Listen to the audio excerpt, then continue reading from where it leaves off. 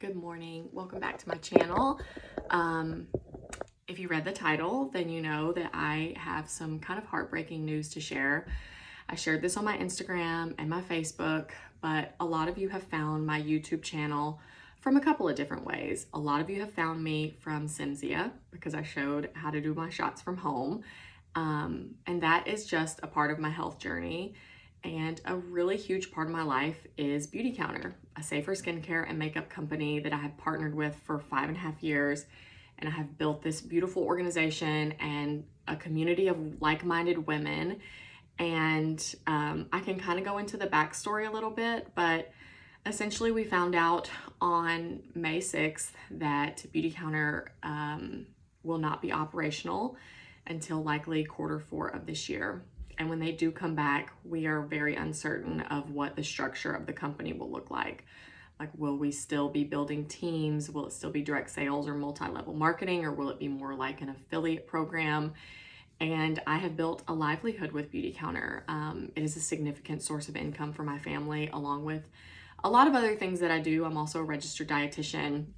I work with brands in like a content creation way. So I do other things, but Beautycounter is significant for me. And I chose to partner with a brand like Beautycounter because their standards are so high and they check every single box. They are transparent, like unlike any other brand that I've ever seen. They do advocacy work because they truly believe in the clean beauty movement and they want to make that accessible for everyone, which has to happen at a federal level so that there are safe products when we walk into stores. They triple test every single product, every single batch. I don't know of any other company that triple tests. And all that to say is, I don't want to wait around until October not knowing if my job as I know it now is still going to be there. I'm going to need to find safe products between now and then.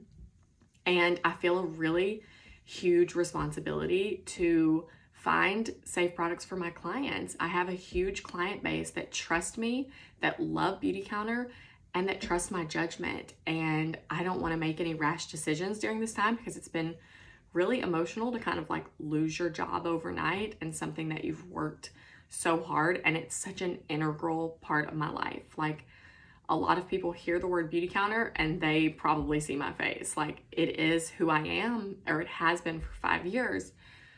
I'm gonna try not to get emotional. I did that on Instagram and I do not like doing that.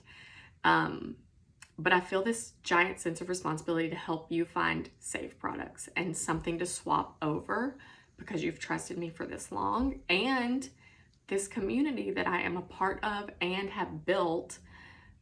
I don't want to lose that. I would love to just pick it all up and move it to a different company. And to be honest, there isn't a company out there that checks all the boxes. I did not join Beautycounter because I wanted to be in sales or because I really love MLMs. I'm not like MLMs get a bad rap. People jump from one to the other. But if you truly believe in one and you're passionate about it and you pour your life into it like I have with Beautycounter, I just feel like it can be so much more than what some people think. So I'm really disappointed. If you want to know a little bit more about the backstory, I can go into that. So our founder and CEO, her name is Greg Renfrew. She sold the majority stake in Beautycounter to a private equity company called the Carlyle Group over 2 years ago. They then asked her to step down as CEO, and she took a sabbatical, but AKA they asked her to leave. We didn't actually know that at the time. We thought she just wanted more time with her family. We got a new CEO, and I thought things were fine. I mean, there were some downturns in the economy, but my personal business wasn't growing as fast as it previously was, but it was still pretty stable. And then fast forward to February of this year, 2024, they asked Greg to come back after Mark Ray, the CEO that they had hired after he left. And then they had Mindy McKenzie come in as an interim CEO, and then Greg came back. And I think when she came back, she was shocked to kind of find the state of things. And we were launching fragrance. We had I have all these brand new gorgeous bronzers that were supposed to launch in May that now are not. And I don't even wear bronzer. I guess I will now. But like everything seemed so hopeful. Like I've gone on these lavish trips and we had no idea that there were financial troubles. So Carlisle decided not to invest any more money in Beautycounter. And I don't know if it was like Chapter 11 or bankruptcy or what, but the bank took ownership of Beautycounter. And we got word that the website was going to go dark and that Greg, our CEO and founder, was buying back Beautycounter and the rights to sell Beautycounter from the bank or from Carlisle. I don't really know all the specifics. She said the website would be dark for 2 weeks and then we'd be back up and running in May. Well, May 1st came around and we weren't back up and running. And at first I just thought, this is fine. I can recoup my income. We'll have some promotions. We have these bronzers launching. We're going to have like a friends and family sale. It'll be fine. And then I found out Washington, D.C. was canceled, a trip that I had worked so hard to earn and is a huge part of Beautycounter, us going to advocate on the Hill for safer laws. And I felt devastated. And my mentor asked, would you like to come to San Antonio and have a spa day since you don't get to go to DC? So my best friend and I, who's also my mentor, she lives in San Antonio. I drove to San Antonio on Monday, May 6th.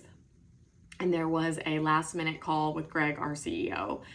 And she let us know that this transaction and moving things over to this new LLC was going to take significantly longer, and that there was some new information that came to light that she did not have when she initially told us it would only take 2 weeks. I think it was very naive of us to think that a transaction of this size would only take 2 weeks, but I don't know all that kind of like legal stuff. And I have heard things that like Carlisle was withholding things like, I don't know if she had access to the warehouse or to the tech platform. So then they were going to have to create a whole new tech platform. And we went through a bunch of that in October of last year. So long story short, she told us we wouldn't be operational until likely Q4. And we, like I mentioned earlier, we don't know what that's going to look like if and when they come back. I love Beautycounter to my core. The products, the mission, the company, Greg herself. And I do feel this sense of loyalty to them. And also, like, I have to find products to use in the meantime. And also, I have to provide for my family in the meantime. And also, I have a community that I want to foster and possibly continue somewhere else. I don't know what that looks like yet. I am hoping that, you know, the people who have supported me along the way will trust wherever I choose. But of course, nowhere is going to be Beautycounter. So I'm going to see what shakes out, see kind of what comes to the top. I've got some calls and lots of research to do, and stay tuned. But that's my update for now. I still have people messaging me that haven't heard the news that are asking like about certain cleansers. What's that cleanser you recommend? And like, I can't sell it now. I don't have a website. So this all is such a good lesson on diversifying your income. I'm so glad I have multiple streams, but I still need, you know, to make up for this one. And just not having all your eggs in one basket. It's so important. So thank you for listening. Deep breath if you're in the same spot that I am, if you were with Beautycounter. And if you're from a different company, now is not the time to be reaching out and trying to recruit people to your team. Like, it's fresh.